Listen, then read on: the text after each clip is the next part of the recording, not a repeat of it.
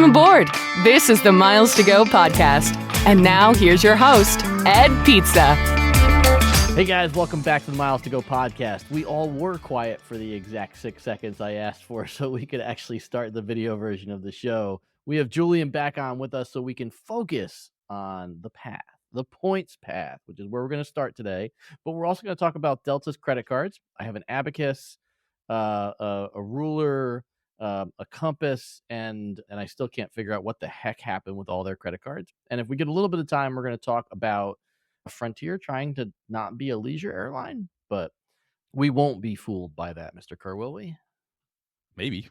I mean, you can apply JetBlue or Frontier for business. I would argue one should fly Frontier, if they added Wi-Fi. But I still think Wi-Fi. Gotta have the Wi-Fi. I've said it many times before. When I got on an airplane and the Wi-Fi is not working, wonderful. Like, I don't care. That's 2 hours of now, instead of having to work, I get to listen to podcasts.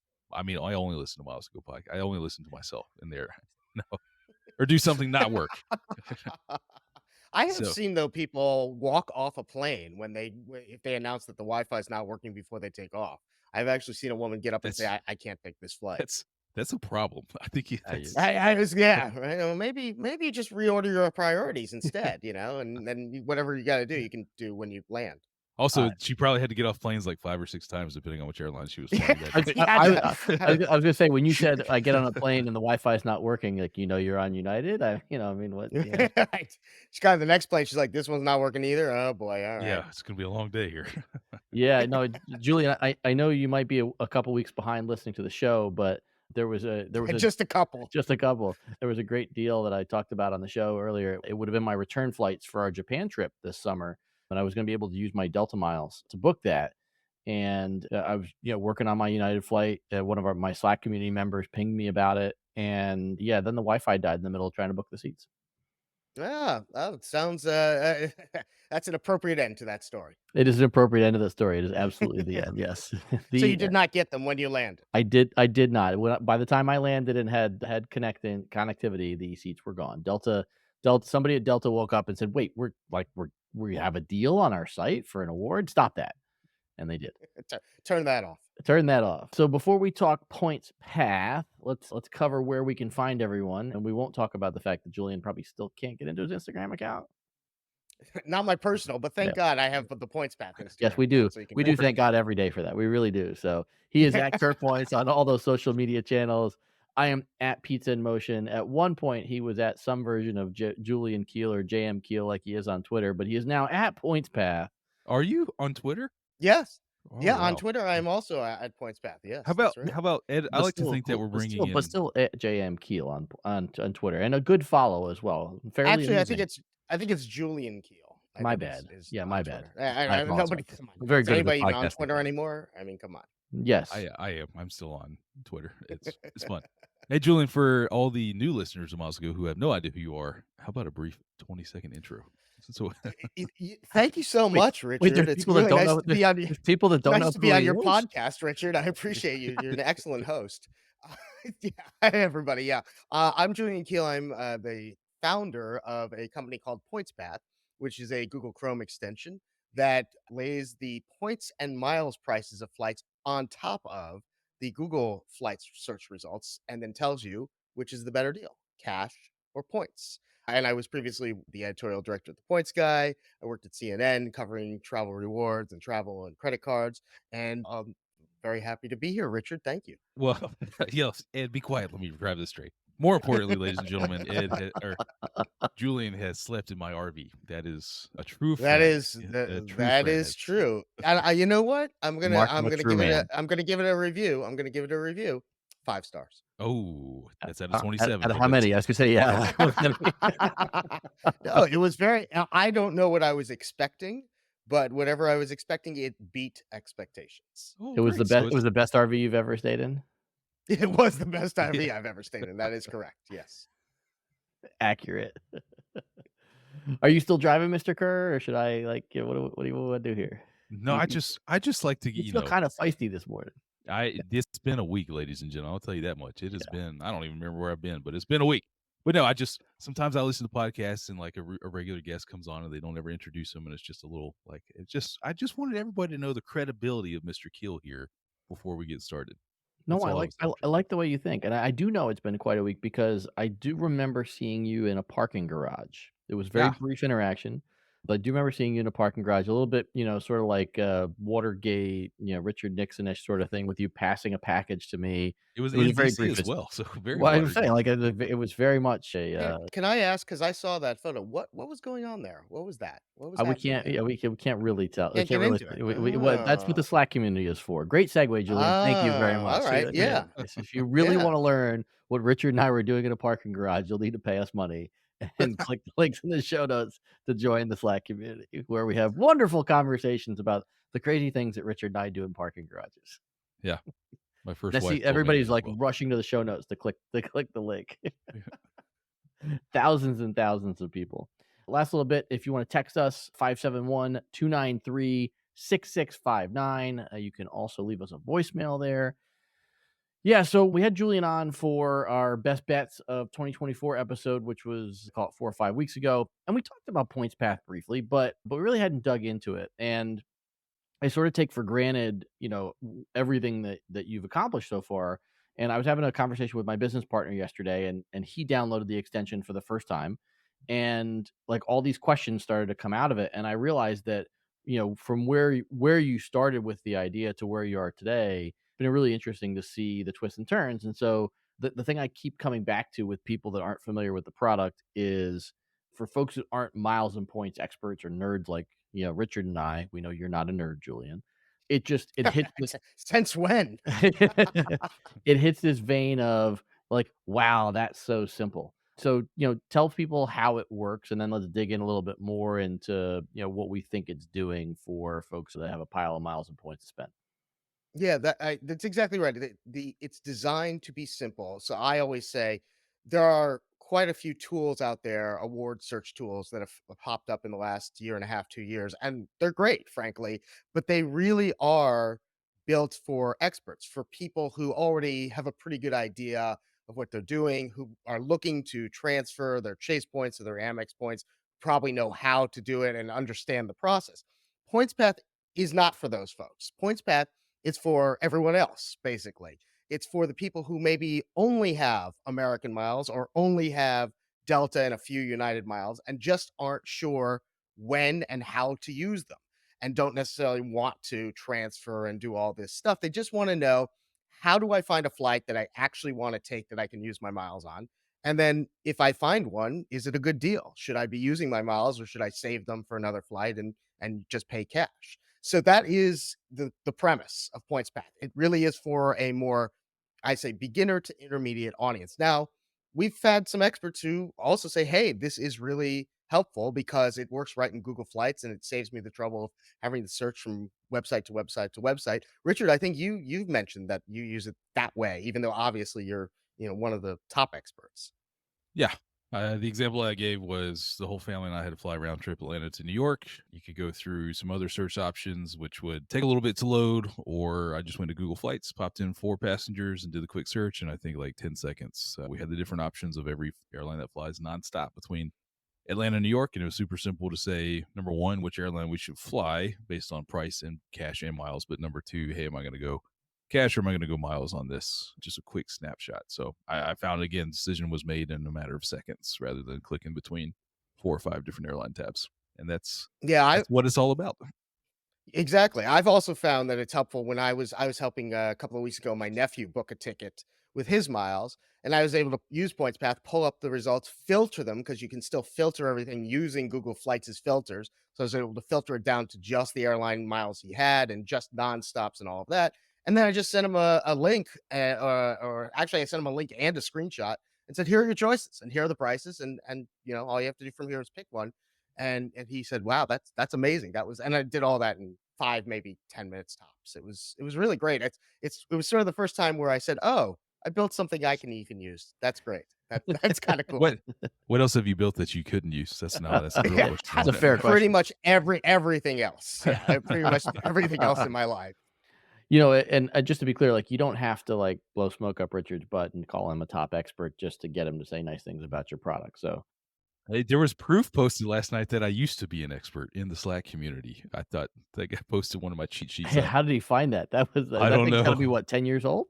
Yeah, at least 10 years old. He found some hidden sweet spot redemptions thing that I had typed up and handed out at a meetup like 10 years ago in New York and posted that in the Slack community last night. It was blast from the past. So Yeah. I used to be an expert. I don't know. Are any of those sweet spots still around, or are they all gone? No, they're all gone because Well, Okay. it goes by a ward chart and those don't exist anymore. So Yeah.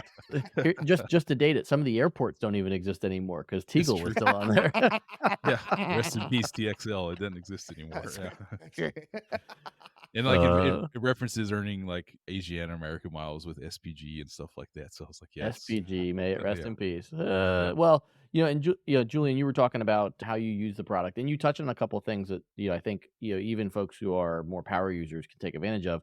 One of the things I find is, I get a bunch of emails and Instagram messages and all that sort of stuff from folks on a daily basis, friends, people I don't know, all that, and they're asking these questions about, hey, what are my points worth, or what do you think about using points for XYZ, or how do I do X, Y? And so what I find myself doing frequently now is using the Google Flight screenshot for them because it puts everything together in one screen for them. And so I think it's, like there's especially when there's any sort of competition on a route. So hub to hub for sure, or hub to major city. And then anytime hopping an ocean where you can take a bunch of different connection options, I find the screenshots are super helpful where I used to send somebody like my wife's best friend. She has some very specific travel she does. I used to send her 4 or 5 different screenshots of, hey, here are the different things. Here's how you can book this trip because she always pings me. She's ready to book a trip. Now I can do that all on one Google Flights screenshot with her, and it's super easy. Yeah, that's exactly. It's a perfect use case of where we can, even if somebody like you said, you're helping someone out who maybe isn't as knowledgeable, even just saving you some time in figuring it out and sending That's them a very simple that screenshot. is the key Yeah. because the number of people yesterday that asked me about airplane points on what was built rent day and like the amount of Yeah. time that you spend helping other people out. Like, Mhm. here's an extension. Go help yourself. And I will say, I'm sorry, right now Aeroplan is not in points path, but it's coming. We're working on it, and that is because So is there Christmas. are Come on. yeah. That yeah. No, I did want to ask you about what airlines are included, but more if you'd give a little bit of a peek under the hood about, without revealing the secret sauce, what is involved in bringing an airline in a program and all that kind of stuff on board. Because those of us here know how complicated it can be. Absolutely, right. So right now, Points Path covers the big three domestic programs, so American, Delta, and United. Now, it covers global flights, and it even covers most of the partners that most of the airlines those other carriers partner with. So if you're looking for New York to London with American miles, you will see British Airways flights in Points Path. What it doesn't have yet are the international programs, and we've talked to our users, we've done surveys, we've really dug into what do people want. And what people want, those who do have Chase points and Amex points who want to use Points Path, they're the ones who want not necessarily every transfer program that Chase or Amex has, because a Turkish Miles and Smiles, for instance, is pretty challenging to book a ticket. And I don't know that that's going to be something that we want to put beginners or intermediates on the path of doing. But what they do want to see are Air France, British Airways, Air Canada, basically the big three in each alliance that most of the transferable programs have in their arsenal. That's what users want to see, and that's what we're working on next. Now, actually, in fact, from a technical perspective, most of it is not that hard as far as connecting to these airlines. What we have actually really been digging into and spending time on is what I'm calling Points Path 2.0, which is if you've got a result for Delta SkyMiles and Air France Flying Blue on the same Delta flight, how do you show that in the very limited screen space of Google Flights? How do you show multiple results? And even two is tough. How do you get into 3 or 4, even 5 if it got to that point? So we're working on that. We've got a really great product designer who I think has come up with some really cool ideas where you're going to be able to first off select which program is your preference. So if you say I only have Delta Sky Miles, that's what I always want to see. Everything else can be there, but I'll dive in deeper. I'll click to dive in deeper if I want to see the others. Or you may be able to say I just want to see who's got the best deal across any available program, and that'll be the one that surfaces up front. And again, you can dive in deeper to see all of the options. So figuring out that user interface and that user experience, we're being really careful with it because we also don't want to ruin that simplicity that Ed mentioned. So we want to get it right. So we're working very hard on it. And I do think it's coming here in the next, I'm gonna say, few weeks, maybe month at most. It's gonna be here as soon as Julian catches up on all his miles to go listening. It will be- Oh no, it'll be here there before that. That's Yeah, a no, hard it'll stop, be yeah. much sooner than that, Richard. Yeah. If I was Yeah. listening to this, I think my number one question would be, what's this going to cost me? You are So, listening to this. I just wanted to let you know. What if I was in the proverbial future listening to this? God dang it, Ed! Just Julian, answer the question. So my goal, so right now, PointsPath is completely free. It costs nothing to, all you got to do is go to pointspath.com and sign up. We'll email you the download installation link immediately. Costs you nothing to use it, costs you nothing to install it. And my goal is for that base product to always be free. There is going to be some advanced features as we build things out that I think will have a small subscription price to it, probably, you know, $5, something like that, something fairly low, or maybe a little more if you really want to get deep into advanced features. But I always want that base search product to be free to users, to the person who just wants to know real quick, who maybe only travels once or twice a year and wants to know, hey, should I use my American miles on this flight or not? I don't want to charge that person a fee. I want them to have a great experience and just be able to use it whenever they need it. It's the people who want to use it daily or weekly and want those deeper advanced features that maybe we'll ask them to pay a little something. It's following the Xerox model. Give them the printer, charge them for the toner. It's a multi-billion-dollar business. You love to see it, ladies and gentlemen. And I've never had trouble with my printer ink, so that obviously is a good model. Do you have a printer? I don't have a printer anymore. I need a printer. Julian, in the age of sensational journalism, will you confirm here and now, right on the Miles to Go podcast, that Miles to Go podcast listeners and viewers will have a dedicated discount to the feed? The feed-based Wow. product? You know Wow. what? You know what? I What's know the this discount is to free? I don't. I To think the paid well, product, yeah. Richard. So yes, they are going to get a 20% discount off of our zero price. That is correct. But as far as Yes. a subscription, yeah, we could probably work out something. I don't know. I got to talk to the head of the Miles to Go podcast. So let me know when your wife is available, and we'll figure something out. I will let you know.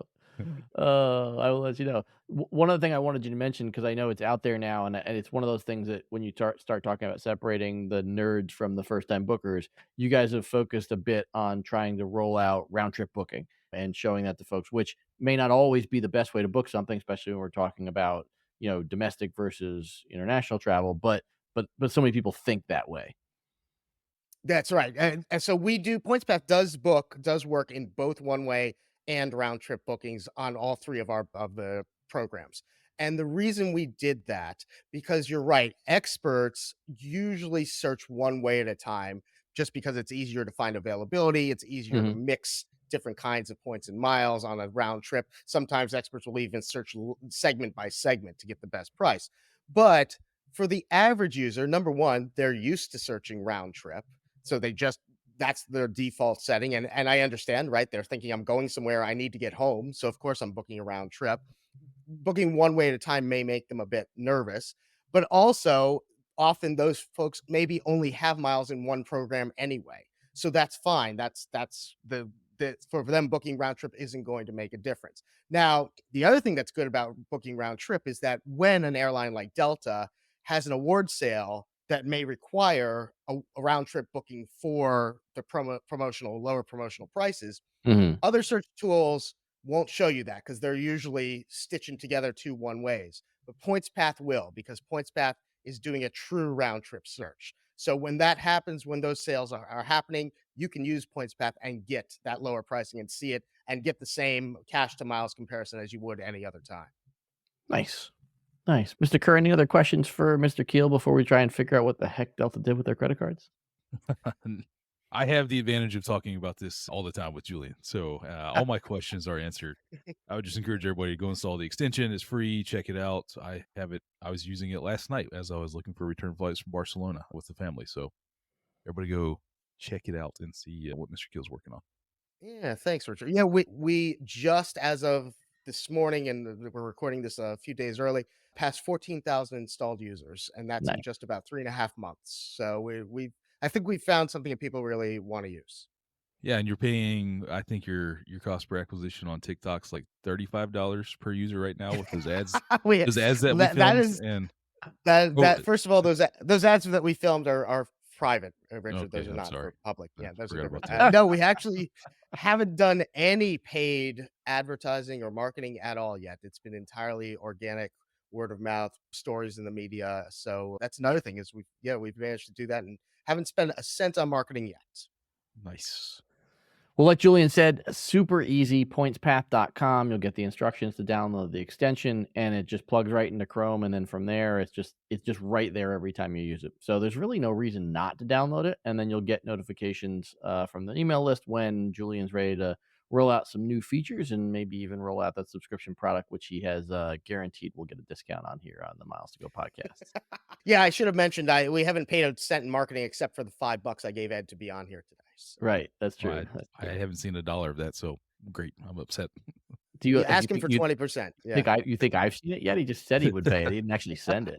Julian's I'll gonna Venmo mail it a to you. I'll $5 Venmo bill it. in a white envelope. That's from me. That's actually meet me in the parking garage, Ed, and we'll Ooh, exchange. touche. Touche. All right, so we knew that Delta credit card changes were coming. They made a bunch of changes to Club Access last year, and then they unmade those changes, and then they remade some other changes. But I mean, there were still some things that were up in the air, and we'll link to an article that'll sort of detail all this stuff. But by and large, what I think, and I don't want to put words in Julian's or Richard's mouth, but by and large, what I think we're seeing here is the cards are all getting more expensive.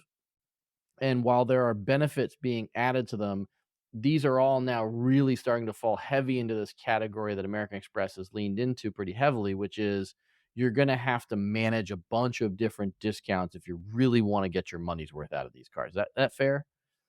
Yeah, I really think so. I'm here on the one of the articles listing out the changes in new or enhanced changes for the SkyMiles Platinum and SkyMiles Platinum card is 10 bullets long. So there's like Delta Stays annual credit, Resi credit, ride hailing credits, changes to the MQDs now 20, Head Start 1.5 miles per dollar on trans. Like dude, I don't care. Like I can't, I cannot keep up with this anymore. So when people here in Atlanta always ask me, "Hey, which Delta card should I get?" You know what my answer is? The Amex Gold. You should get the Yeah, Amex right. Gold Yeah. card. Yeah. You should not get a Delta card. It's a playbook that we've seen time and time again from American Express. They're obviously having huge success, I would imagine, on the breakage of all of this stuff. And now we're charging annual fees, but you can throw up that you get all these kinds of stuff, and nobody's using this stuff. So I mean, that's I'll continue to tell people to get the Amex Gold. That is my thought. I mean, even the Amex Gold, of course, comes with a couple of credits It's that on you have to coupon use book. each month. Yeah. Yeah. But it's mainly more important because you get the bonus points on spin where the Right. families around here do it, right? So that's Right. completely where And they to be should go. fair, the dining credit is not too hard to use on Yeah. Gold, especially if you have any sort of delivery. Yeah. I agree with Richard. I think that what he said there at the end is the key, which is Amex must be seeing success with this model because they've now Right. rolled it out to multiple cards, right? And clearly, but it must be not just that they're seeing a good breakage from it, right? But they must also be getting, despite Richard, and I agree 100% with him. I find these very difficult to track and keep, make sure each month that you're using them all, Right. especially with multiple cards, it gets very difficult. But Amex must be getting relatively decent feedback from their customers. Otherwise, I don't think they would keep rolling them out. And I think what that comes down to is that, unlike Richard, unlike myself, unlike you, Ed, most people probably only have one Amex card. So Right. for one card, it's probably not that hard. And you think, oh, I'm getting all these credits. Even if you end up not using them, I think that's probably where people think it's a good deal. But I agree with Richard. I think you're better off paying lower or no annual fees and finding a card that fits. Yeah, so a couple of things. First off, I just wanted to double check this, and a good podcaster would have asked this question before we came on the air. But Richard, do you still have a Delta card? No, we don't. And Julian? I have a Delta Gold business card, but I mostly have it just for the 15% off points pricing. And this is right where I'm going. So this card goes to $150 if I'm reading the intense chart well enough.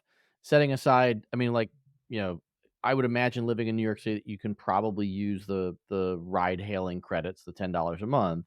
But it feels like when you start to set aside those sorts of things, the reason why somebody like you would keep the card would be because you thought you were going to get enough value out of the 15% rebate slash discount on award flights. And at $99, that's a lot easier than at 150, right? I mean, Right. that's a significant increase. Well, it's a 50% increase, basically. A little bit more actually if you do your math They correctly. just yeah, just just a few points more, right? Yeah. I do I'm a little surprised that they put these increases through so quickly after all the hullabub last year about their program changes and Delta having to walk some of those back. I am a little surprised that they went forward with this so soon. I would have thought we'd see it maybe later in the year if they were going to do it. And not to mention, gold going to 150, that's fairly significant, although not the first mid-tier card that we've seen go up. The 350 for the platinum is really getting up there, frankly. I don't know Yeah. that's a card that I might have thought about in the past that at 350, I'm not sure I would consider. No, it's pretty amazing that there's no intro Delta card with benefits for less than $100 annual fee now. I This mean, was one of my observations, yeah. they have the blue card, which gives you 0 benefits and 0 annual fee. So I don't, again, have any idea why you would carry that, but there's got to be a large percentage of the population that would see an annual fee for under $100 and pick it up versus a $150 annual fee and be like, "Well, I'm not going to do that. It's Yeah. expensive." I have to check. I think you might get the 15% off benefit with the blue card. You I don't. have to check that. You don't? You sure? You already checked Emily's that. Delta Oh, Gold. no. Yeah. Uh-oh. Uh-oh. All right. Never mind. Yep. Emily's Delta Gold annual fee came up last year. No way I was going to renew that. So downgraded to the blue, hoping to see the 15% discount. And no. So Yeah. really no benefits for that. You're right. No benefits at all on the blue. You're right. Why would you have the blue? Yeah, no idea. Yeah, and I think to that point, Richard, I am a little surprised that there's not a sub $100 annual fee card. The platinum increase, I agree, Julian, it's a big increase, but I think it feels like there's probably more room to push premium card fees than there is just to have that low introductory fee for folks. Because I mean, even though you still get first year free, or it appears you still get first year free on that gold card, it's gonna take some work to get $150 worth of value out of the card, and I think it creates some level of friction for a new, a new card holder. Yeah, especially when you've still got Chase Sapphire Preferred and Capital One Venture at $99. Right. So you might say, well, why would I get a Delta card for, $51 more when I can get one of those? And both of those are great entry cards. It is because everybody here in Atlanta just thinks you got to have a Delta card. I'd Like it be is. I'd be remiss if I didn't also mention that you can get the Built Mastercard for no annual fee, Mr. Keel. Mm. Just wanted Yeah, to clarify that. I have heard that. And To be fair, we spent a lot of time talking about Points Path. We should probably mention Built as well. Yeah. well, I'm just staring at the hat, so as long as I stare at Richard's hat, I'm mesmerized by it, and I have to bring the Built ding in there. If you listen to the podcast, Richard, Julian, you would know about the ding, so maybe you'll pick up on that at some point. Since you've been banned from the Uber platform, thanks to yours truly, would you get value from using Resi? Well, first of all, the new credits are for rideshare across the board, which was also interesting. It doesn't have to be Uber; it can be Lyft, it can be a couple others. So you might So be out of jail there. You might be out of jail. I do in fact still use. Yeah, this is a long story, folks, of how I got banned from Uber because of Ed. So we're not going to go down that road today because it's a very long story. But I could use those credits on Lyft in this case, which I thought was interesting because traditionally MX's partner has been Uber. Yeah. As far as the Resi, I think we'll have to see. I do go to some restaurants that are on Resi. I don't know that I go to enough of them that it would just sort of naturally happen. I Right. also don't generally use my Delta card for restaurant spend. So, Right. yeah, I think those are going to be tricky to use. And I really don't see myself using the Delta Stays credits. I've never, to be completely frank, been on Delta's hotel booking site.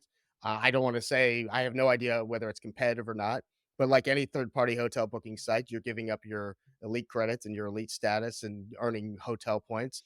And so unless it's a really great deal, it's probably not worth going through a third party. And if there's a problem, you're gonna have a problem. So If there's a Well, problem, you're gonna have a problem. if there's a problem, you're gonna Yeah, have a problem. yeah. I think that really sums up third Very, party really, booking very, very sites. prophetic. Yeah. Well, and I think Richard and I talked about this a handful of weeks ago, but to my knowledge, Delta hasn't reintroduced some elite any elite qualifying benefits on those Delta stays bookings. They announced it initially, then they pulled it back in the second round of changes, we think because of some technical issues. So to your point, you're not even really like with Advantage Hotels. It's not like you're trading hotel status in exchange for airline status. You're trading hotel status for, a potential credit on your stay, but Right. nothing towards your Delta status, at least for And now. again, I can't speak to whether the prices are competitive or not. That would be the Right. other question: is are the prices on that portal equivalent to what you'd get booking direct? Yeah, it's a good question, and I think to tie off here, Mr. Kerr, one other thing I noticed about this is that, and Julian sort of alluded to this, because I'm not actually sure that you need to book on the Delta Amex to use the Resi credit. I wasn't 100% sure about that. My guess is that it's triggered off of, and Julian, you might know this. Is it triggered off of when you use Resi? Are these credits triggered off of it being on your credit card statement, or Yeah, I have no idea, to be yeah, I honest. But mean, I mean, if you book through Resi, that doesn't, right. You still pay your bill like correct, normal right? at the restaurant. So I can't. I got to imagine it just has to be a restaurant that's in the Resi network. But I really don't know. Yeah, I don't know either. We'll have to find out more about that. But, Richard, I think the other thing that I noticed here is that while they did bump up some of the earnings and also added some categories, the earning rates on these cards are still largely underwhelming compared to the other things in the marketplace at these sorts of annual fee numbers. Yeah, and they don't award in the places where families spend money most versus an Amex Gold, or even Right. just get the Blue Blues Plus and get 2X on everything, or the Amex Everyday Preferred. Like, any household is going to come out ahead, number one, earning transferable currency versus Sky Miles, and then you're just going to earn more of it with other products besides the Delta cards. So if you're listening to this and you have a Delta card, I'm not shaming you. I'm just saying, hey, move that household spend over to the Yeah. transferable currency card. But if you have only a Delta card, install Points Path. So at least you're using your Delta miles in a And we've smart wrapped it way. all together, ladies Yeah. and See how gentlemen, I just did like that? You that. see how? Very No, but nice. to Congratulations. echo Richard's point, I have a Delta Gold business card, but it's not in my wallet. In my wallet, I have a Blue Biz Plus for anything it doesn't get a category bonus. I actually do have a built card that I use for restaurant spend, Ding. and then yeah, and then I have a City Custom Cash that I use entirely for groceries. So I'm getting 5% on my groceries each month. Other than Nice. that, that's it. I don't have any airline co-branded cards or any of those. All right. Well, while we try and skedaddle out of here, let's talk real quick about Frontier. I think this is somewhat interesting, and just in the way that they're thinking, because we talked last week. We had Seth on, and we were talking about airline bankruptcies, and that we talked a lot about the changing landscape for these airlines, where the Frontiers and the Spirits of the world really were able to focus on the leisure traveler, if you will, folks that are hunting for discounts. So I was a little surprised to see this announcement. Frontier has announced a new product called Biz Fares. These fares include a carry-on bag. They include a quote unquote premium seat assignment. I don't know if that means first row or if it's the second, third row. As Richard knows, there is a difference between those two rows. No change in cancellation fees, priority boarding and guaranteed overhead bin space, same day confirmed ticket changes. These fares, unlike everything else that Frontier offers, start at $129, which is like 8 times more expensive than the normal Frontier ticket. What do I you really know, don't. what do you guys think? I think it's clever, first of all. I think it means you don't have to have Frontier status. You can just buy a business class fare and get all the benefits of Mhm. Frontier status, which is actually very nice and convenient. Yeah. I think the proof's going to be in what are those base fares and then what are the business fares going to be at. Because if a base fare is really cheap, but then you pay for your seat and your check bag and your carry on, and you're within 20, $30 of a business class fare, well, then just buy the biz fare, right? I mean, Mhm. and I think it is just a more convenient option to know that I don't have to go through and price out all of the different things. If I didn't have Frontier status, I can just buy it right there and it's done. Again, convenient, but it's going to depend on what those fares are going to be, because you can see a $19 fare on Frontier, and by the time you get to check out, if you need any kind of ancillary service, you're going to be close to $100. So if the Right. biz fare is at 129, well then great, I'm just going to buy the biz fare. So Yeah. haven't done enough searches. Is it live on the website yet? I haven't taken I a don't look. I don't know if it's live yet. So the coverage I read of this yesterday or earlier this week, whenever it broke, was that these fares probably wouldn't necessarily be on Frontier's website, that these are more GDS style fares because Mm. they're aimed at business travelers. So people who book through Concur and things like Oh no, that. you're right. Here it is. Um, For yeah, details on that's how to what I book, visit our travel agency resource center. So Yeah. yeah. So I actually see it as, I think it is interesting because I think it's clearly aimed at the business traveler, to somebody who would not obviously be able to book off platform because they're Right. working for a big company, and therefore Frontier has not been an option. I think that's interesting just for two reasons. Number one, it's new for Frontier, obviously, but also number two, business travel has been still fairly rough since the pandemic. Yeah. So for Frontier to be moving from a leisure traveler to or at least making an attempt to play at the business traveler, I think is a really interesting move. I don't know, and of course, I think Seth talked about probably last week the new routes that Frontier has launched, and a lot of those going, against the established carriers and hubs and things like that. I think it's clearly a business traveler play. I just think it's interesting that they would make that play right now. So we'll see what happens. Yeah, I think they're probably trying to throw everything they can at the wall right now. But I would say, like, if there's one thing I thought that was missing from this package is some sort of, like, I think Richard summed it up well when you said this is sort of like having elite status per trip. What I don't see here is something that creates stickiness. So I think it would have been helpful to them along the lines of where, say, like Southwest's more expensive fare classes also earn more points towards things like A list and A list preferred and stuff like that. I think that, and I don't think it's a hard thing for them to add on later, obviously, but I do think that if the goal is to attract the business traveler, well, I mean, business travelers are creatures of habit. And so I think you'd want to build some behavior in there that makes it easier for them to want to book the second, third, fifth, 10th ticket with them. And I was a little surprised that they went down this path without creating some sort of a carrot to book the next ticket. Yeah, I agree with that. I actually literally have nothing more to add. I think that's exactly right. I'm trying to click through to see. It looks like it's just going to be bookable through GDS. So anybody with corporate travel programs is going to be able to tap in. And if you see, it looks like what is it? Daggum, I was just on the page. It's like C or F fares. Then it's going to be Frontier Biz fares. Who knew that So Frontier the had fare question buses? is, what will then appear on, say, an Expedia, or in other words, more of a consumer facing booking platform? Yeah, I don't probably know. nothing. Yeah. I don't think it will. And It's C or J correspond to BizFare if you are a travel agent or corporate booking folks that are in the GDS and looking at it. So we need Howie. We need Howie's info. That's what we need. But there's nothing more complicated in this world than booking tickets through the GDS. I will guarantee you, you're still on the black and green screen trying to do unbelievably complicated stuff. Like, it's unreal. Well, Yeah. MS DOS for you, huh? Yeah. I don't think there's any better place to end the show than Julian telling me that I'm 100% right and he has nothing to add. So this does seem like a really good place to land the proverbial play in this week. Listen, I just want to thank our host Richard for inviting me on. This has been Anytime, great. man. I am here. He's a really good podcast host. I got to be honest. Yeah. The way he said introduce yourself and talk a little bit about yourself for our new listeners, that was really sharp, Richard. Well Yeah, I texted him last night and said, please show us your outfit so I can pre-approve that as well. And just all the nitty-gritty details it takes these days to create a top-of-the-line podcast. You're like, yeah. Oh, yeah, Richard. And we did like a 20-minute pre-interview. It was great. Yeah. Film some TikTok ads. Like, we did all kinds of stuff. Did you got a little wild. Did you guys discuss the wax or no? Was that off the table? No, I hadn't walked into my bathroom yet to see the passive-aggressive placement of the waxing kit on the counter. And we'll leave it right there. If you want to hear what the waxing kit is for, well, you're gonna have to.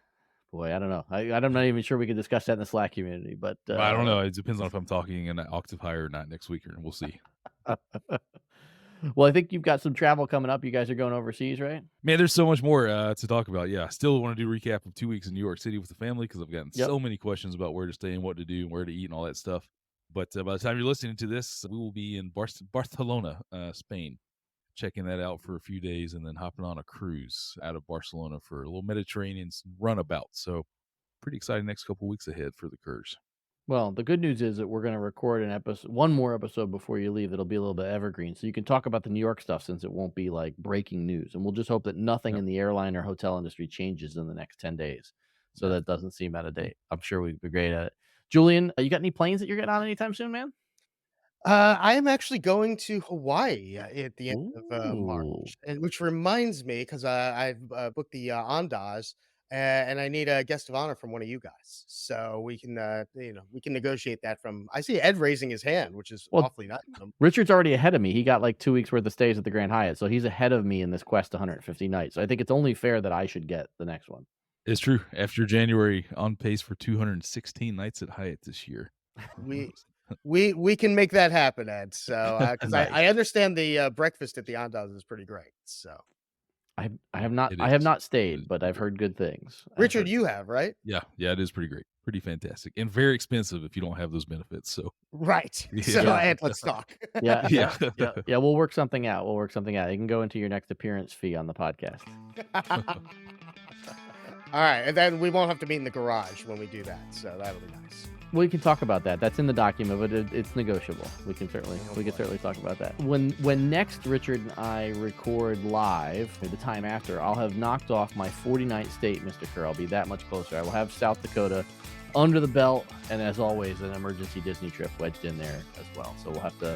What's up? Wait, what makes it an emergency? I want to know that part real quick. That's when he hadn't been there for 6 weeks and he starts getting the shakes. Are Right, you yeah, getting yeah, shakes? little Is that what spikes, happens? yeah. You're like, Yeah. I gotta hug Gotta see Cinderella. Figment. What's going on there? Yeah, well, something like that. Yeah, I need a little bit of mouse love. That's what I need. He needs the pixie dust. So Hawaii, Barcelona, South Dakota, and MCO. What an eclectic collection of travel destinations. Mr. Kheel will certainly look forward to having you back on when you have more stuff to report on PointsPath. Until then, make sure you guys download the extension, pointspath.com, to get those instructions. Mr. Kerr, hope you have a great time in Barcelona while I'm hanging out in the sunny climes of South Dakota. Until we upload again, we've got miles to go.